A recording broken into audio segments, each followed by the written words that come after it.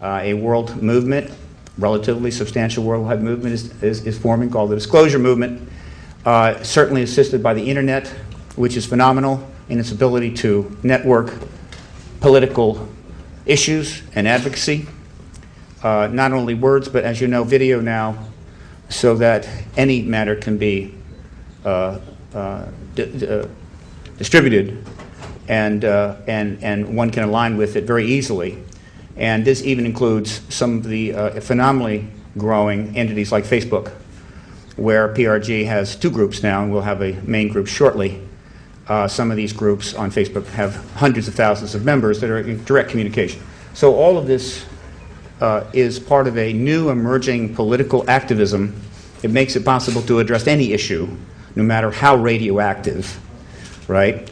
So that perhaps in the future there will be no such thing as the third rail of American politics, which is essentially just an excuse for people not to cover it.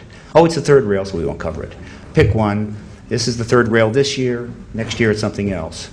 Well, for a very long time, Social Security was the third rail of American politics, which is frankly an infantile and ridiculous way to think about the issue, and so it wasn't dealt with. Well, I can assure you there is a third rail, and has been, of American politics, and that is the UFO ET question. It is many magnitudes more radioactive than Social Security ever dreamed to be, and that issue, of course, is what we're addressing today. Dr. Mitchell.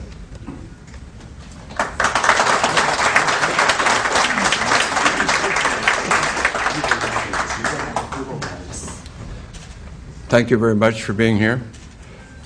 My story with regard to the disclosure process is very simple. I grew up in Roswell, New Mexico, the site of the first UFO crash, the alleged UFO crash. And my story is as a result of growing up there. I was a senior in high school, just going into the my senior year in 1947.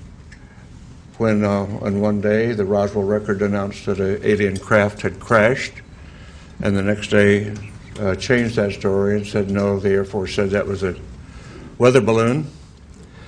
And since I was on my way to college and more interested in those things, I didn't pay much attention to it at that point in time. However, my family was in the agribusiness. My grandfather was a cattle buyer and sold registered Hereford bulls to the ranchers in the area, knew everybody in the area, in the Pecos Valley and beyond, sold cattle into Arizona, western Texas, and was affectionately known as Bull Mitchell in those parts. And so it was not unsurprising to me later on that the lore of the area, of our friends and the people in Roswell, including the sheriff's department. But after my Apollo flight, when I was back in the area and visiting relatives and friends, some of the people in the area who had been involved, what I call the old timers, who were involved in the 1940s, 1947, and subsequent with the Roswell crash, and people like in the sheriff's department who had been to the crash site and were supervising traffic. My friend and friend of our family, the major, who was an office mate of in the administrative function at Walker Air Force Base.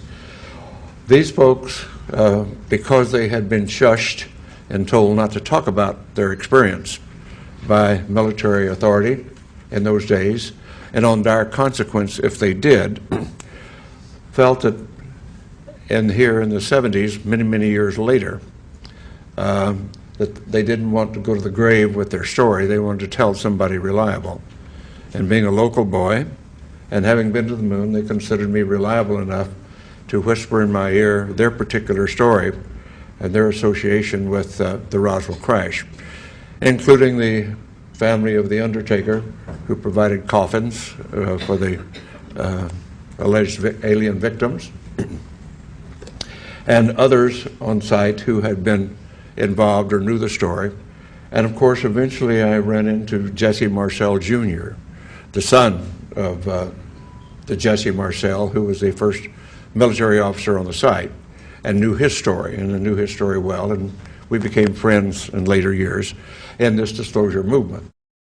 And at some point, about 10 years ago, and I can't remember what date it was right now, when the disclosure movement was going strongly, I came here to Washington with a Navy commander by the name of Will Miller and Dr. Stephen Greer, and we were able to get an appointment at the Pentagon to talk about what we knew, or what we allegedly knew, what we thought we knew, and went and told our story.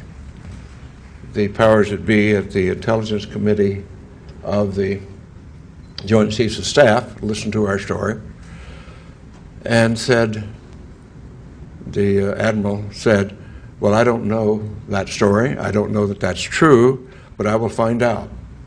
So we departed, went on our way, and subsequently learned through Dr. Greer and through Will Miller, and that those stories had been confirmed, and that the Admiral had been denied access when he tried to get into the inner workings of that process. And we had confirmation of that, although that Admiral now denies the fact that this is the fact. So my story is essentially that. I do have no first-hand experience with the ET effort, except the fact that I know all of these research people that you'll hear from today, and some who are not here today, who have spent a long amount of their lives and time doing research into the alien visitation, UFO crashes, and so forth. And I urge that those who are doubtful read the books, read the lore, and start to understand what has really been going on, because there is no doubt we are being visited. And as a person who is a part of the first generation of being a spacefarer of our civilization and having gone to the moon, and realizing that I do, and many of us do now, that have seen the Hubble pictures from space, the universe that we live in is much more wondrous, exciting, complex, and far-reaching than we were ever able to know up to this point in time. And the fact we have wondered, were we alone in the universe forever? Only in our period do we really have evidence, no, we're not alone. We are just one planet with intelligent life on it, and probably it is time, now that we are spacefarers on our planet, that we get active, because we're really universal beings. And in the long stretch of things, if we think about it in the longest possible range, we realize, and I realize this from my studies in astronomy and astrophysics, our sun will burn out in due course, and we have to be off this planet if our species is to survive. So anybody, any species, any planet that is on around a mainstream star like ours is, only has a finite amount of time. But let's put all that aside for a moment, because we're here to talk about disclosure. And what I am suggesting is it is now time to put away this embargo of truth about the alien presence. And I call upon our government to open up like other governments have, and you will hear about that this morning, like the Belgians have, the French have, the Brazilians have, the Argentines, the Mexicans have all released their files. It's about time now that we do the same thing and become a part of this planetary community that is now trying to take our proper role as spacefaring civilization. Thank you very much for your attention.